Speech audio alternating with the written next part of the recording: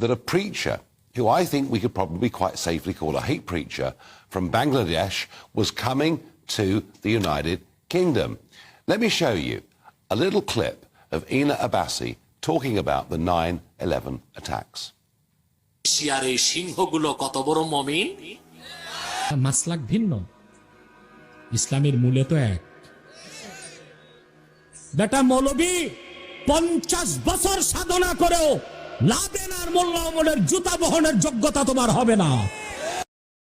Well, I think that very safely qualifies as being hate speech. He's also said in the past that anyone that questions the Prophet Muhammad should be beheaded. And yet... আপনারা জানেন যে ওখানে খুব বড় কট্টরবাদী এক ইহুদি নেতা আছে, ওর নাম হচ্ছে ফারাজ। সে স্কাই নিউজে নিউজ প্রেজেন্টার এবং ব্রেক্সিট আন্দোলন যে হয়েছে, ব্রিটেনকে ইউরোপীয় ইউনিয়ন থেকে বের করেছে, সে নেতৃত্ব দিয়েছে। সে মূলত আমার বিরোধিতা করেছে, ইহুদি লবি পুরাটাই খেটেছে। Every day I get people email into my website, my own website, nfarage.com. Hundreds of you email me, and sometimes you say, this is a story that you should be covering on GB News or elsewhere. And every now and again, there's one that really is a little bit special. What we got overnight was a message that a preacher, who I think we could probably quite safely call a hate preacher, from Bangladesh was coming to the United Kingdom. Let me show you a little clip of Ina Abbasi talking about the 9/11 attacks. Maslak ভিন্ন, ইসলামের মূলে তো এক। বেটা মৌলবী 50 বছর সাধনা করেও Laden আর মোল্লা ওমরের জুতা বহনের যোগ্যতা তোমার হবে না। Well, I think that very safely qualifies as being hate speech. He's also said in the past that anyone that questions the Prophet Muhammad should be beheaded. And yet, he's coming to the United Kingdom. He's doing several speeches in this country. He's come from Bangladesh. Isn't it odd?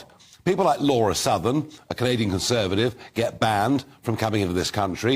Geert Wilders, who was an elected member of the Dutch Parliament, gets banned from coming into this country. Yet this man is here and free to tour and spread these messages. Tonight, I ask, is the Home Office asleep at the wheel? Let me know what you think. Farage@gbnews.com. Well, I'm joined now by Charlie Peters, our GB News Investigates reporter. Charlie, this one looks pretty shocking. Absolutely. I mean, we've seen the clip there of him praising the 9/11 terrorists, describing them as brave lions, and going on also to apply great praise to Osama bin Laden, saying that his followers are not worthy to carry his shoes. That, I think, as a standalone comment, should almost certainly block you from visiting Britain, certainly from giving several lectures. And he's speaking tonight in Birmingham, right now, we believe. But also we have reports that he spoke 2 days ago in Nottingham and is due to speak in London tomorrow night. So this is a speaking tour. Now, it's being hosted by a TV channel called ION TV. They're not broadcasting the event. They are an Ofcom regulated channel. But they did confirm to GB News over the phone that he would be speaking tonight. When we put the comments to them saying, what do you make of these comments here? Other comments made such as, describing the Queen's Young Leaders programme as evil and describing Ahmadi Muslims, a persecuted sect within the Islamic faith, as kafir, who need to be beheaded. So extreme comments. When we put it to this ION TV channel, they said, they weren't aware of them, saying that he was an extremely popular preacher. But indeed, when we looked him up, we found plenty. If you're a TV channel with a Sky channel, and you've got this guy coming as your guest, why wouldn't you broadcast? Yes, indeed. And when we spoke to the venue as well, we contacted the venue in Birmingham that's hosting Mr. Abbasi tonight. They also claimed they weren't aware of his comments and actually told us that he was putting on a kind message to introduce the next generation of Islamic followers into his kind rhetoric ahead of certain Muslim holidays. Now, of course, what we've heard certainly does not replicate a message of kindness. I mentioned Laura Southern, the Canadian Conservative. I mentioned Geert Wilders, very controversial, but an elected, member of the Dutch Parliament. There were many members in the European Parliament as well. I've asked the question of our audience, is the Home Office asleep at the wheel? Could it be they don't know about this man? Or is it more likely they're just turning a blind eye? Well, in recent years, they have banned Islamists from arriving. Theresa May, under her premiership, we saw Zakir Naik was blocked. He was a scholar, but also a hate preacher. And we also had another scholar blocked in 2021 from arriving from Qatar, flying from Doha. So we do know that the Home Office has in recent years made these steps for radical Islamists in particular. But clearly, there are so many of these speakers that Britain has had to block over the last decade or so that it must be a struggle to keep up with it. Let's for once be generous to the Home Office. I mean, it's always a first on this programme.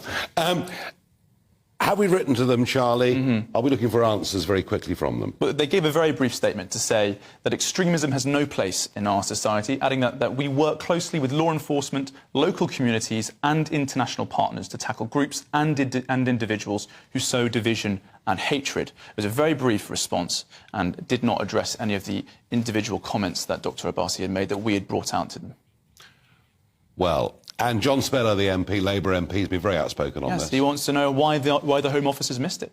How can we have situations where other Islamists have been blocked? And this extremely popular preacher, and it is important to note that this preacher is extremely popular. Dr. Abbasi has huge crowds following him in Bangladesh, and clearly some supporters in the Bengali community in Britain, clearly enough to put on a speaking tour.